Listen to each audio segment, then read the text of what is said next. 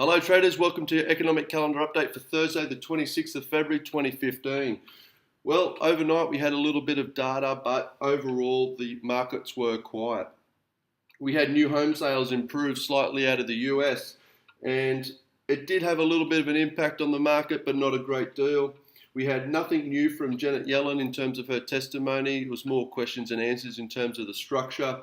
We had yields continue to fall, meaning that the risk within the US is still sliding and people are happy to own the US debt. Stocks moved to an all-time high. That's on the basis of businesses are going to benefit from the interest rates remaining low as they are for longer than the market was anticipating.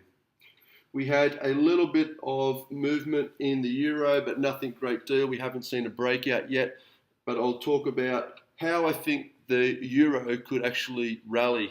And we've got a few points and the reasons why, and it's more around associated with a short squeeze, and that's due to the extreme levels of people shorting the euro. So the recent events of what's been going on with Greece piled people into shorting the euro currency, and as a result, we haven't seen those positions unwind yet. We still have the same level of short positions. So should the market start rising, all those positions need to be readjusted, either exited, cancelled, or rolled over to a higher price. We also see that a Grexit is no longer a risk to the market. Greece has put in their proposal, it was accepted, and they now have an extension of 4 months. So therefore, really a band-aid solution's been put on the market in terms of Greece being kicked out of the Eurozone, and I'm sure that they'll work out a deal within the next 4 months. So they're just buying time. It's not a good thing, but it's much better than the alternative. It doesn't mean the problems are solved. We also had a bit of optimism come from Draghi in the speech yesterday, where he mentioned that stimulus is starting to work and they're starting to see indicative signs that the stimulus is improving the economy in certain areas and also consumer confidence.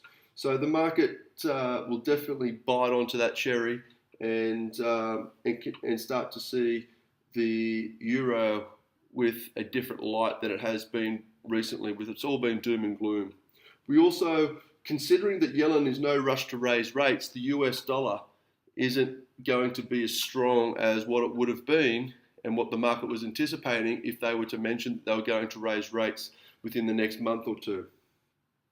So with all that off the table, maybe the market has oversold the euro and we could have a chance of a short squeeze bounce. So I'm not going to call it yet and say that yes, everybody start buying the euro, but it's just something that's possible. We have some German unemployment coming out, and as you can see here in a couple of hours' time. Now, should that improve and the market get a little bit of confidence, it could definitely help throw the market into considering the euro for the European session as a buy in today. Also, the Great British Pound kept moving higher on the optimism, which I've been talking about over the last many sessions. But we also have the UK GDP coming up. So in 3.5 hours or a bit more, we have UK GDP. And should that outperform, it's expected to be flat, slightly weaker for quarter on quarter. But should this outperform, we could actually see the pound go higher. Now, I'm not expecting this to be the case, and it's because the data hasn't been outperforming it in terms of in line with these forecast figures. And that was indicated also as expectations from the BOE, and they noted it's a short-term issue, and we are looking back on quarter on quarter on the previous quarter. So looking forward, I'm sure that gross domestic product will look better over the next quarter as things start to turn, and they will get some better data coming out over the next quarter, which will only help boost the pound.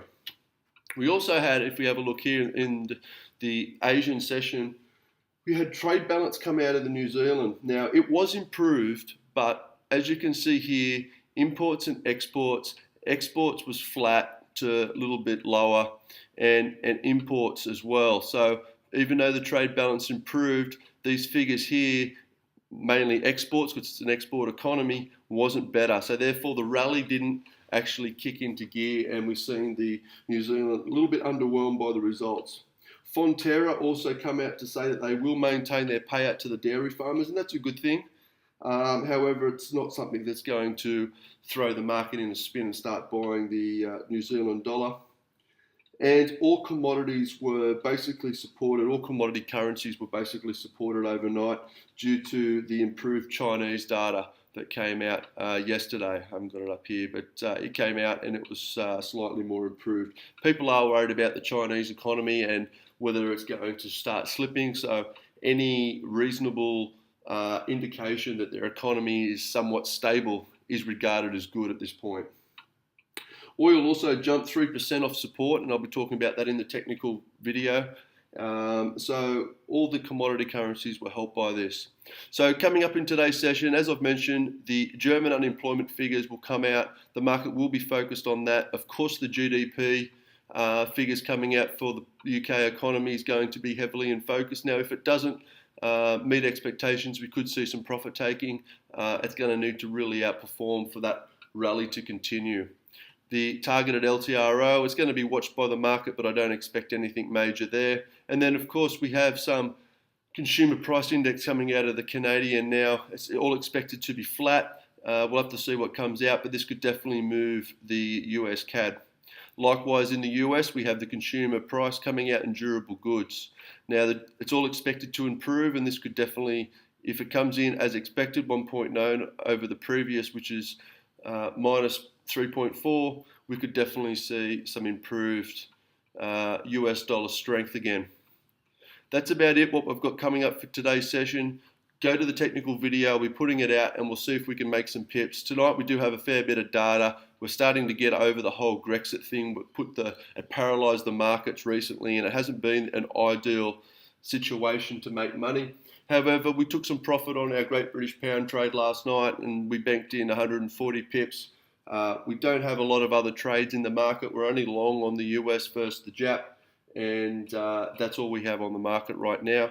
As I said, the market's been somewhat paralysed by this Brexit fears, but hopefully we can start to see some momentum and some trends coming into the market to pick up some money. It's a pretty quiet session as I'm scrolling through here. You'll see for tomorrow, but tune in tomorrow, and until then, trade well.